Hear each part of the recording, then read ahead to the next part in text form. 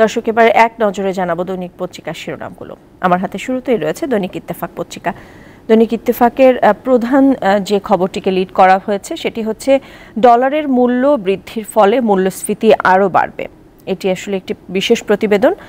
এছাড়াও এক মাসে বজ্রপাতে ৮১ জনের প্রাণহানি, আগামী ২ মাসে বজ্রপাত বৃদ্ধির আশঙ্কা বিশেষজ্ঞদের, নিহতদের অধিকাংশই কৃষক।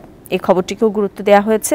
এছাড়া নির্বাচনের খবর রয়েছে। ইভিএমে পড়েছে কম ভোট, ব্যালটে বেশি। আপনারা জানেন যে প্রথম ধাপের উপজেলা নির্বাচন হয়েছে, সেই বিষয়টিকে গুরুত্ব দিয়ে এই প্রতিবেদনটি করা হয়েছে।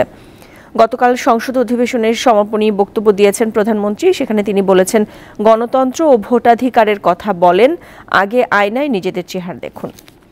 এরপরে আমার হাতে রয়েছে দৈনিক সমকাল পত্রিকা। এখানেও আসলে ডলারের দাম বৃদ্ধি। আপনারা জানেন যে গেল পরশুদিন বাংলাদেশ ব্যাংক ডলারের একটি দাম নির্ধারণ করে দিয়েছে এবং এর পাশাপাশি একটি দাম রেখে ডলারের দাম নির্ধারণ করা যাবে। সেই প্রেক্ষিতে হচ্ছে বিশেষ প্রতিবেদন করা হয়েছে। ডলারের দাম লাগাম ছাড়া ব্যয় বাড়বে জীবনযাত্রায়।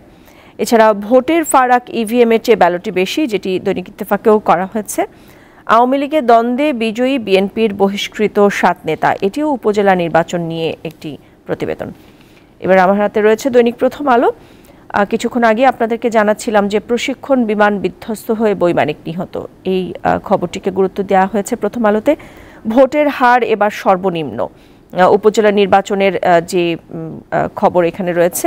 এছাড়া ব্যবসার খরচ নিয়ে দুশ্চিন্তা, মনের স্বাস্থ্য ঠিক রাখা, এটা একটা অন্য ধরনের খবর।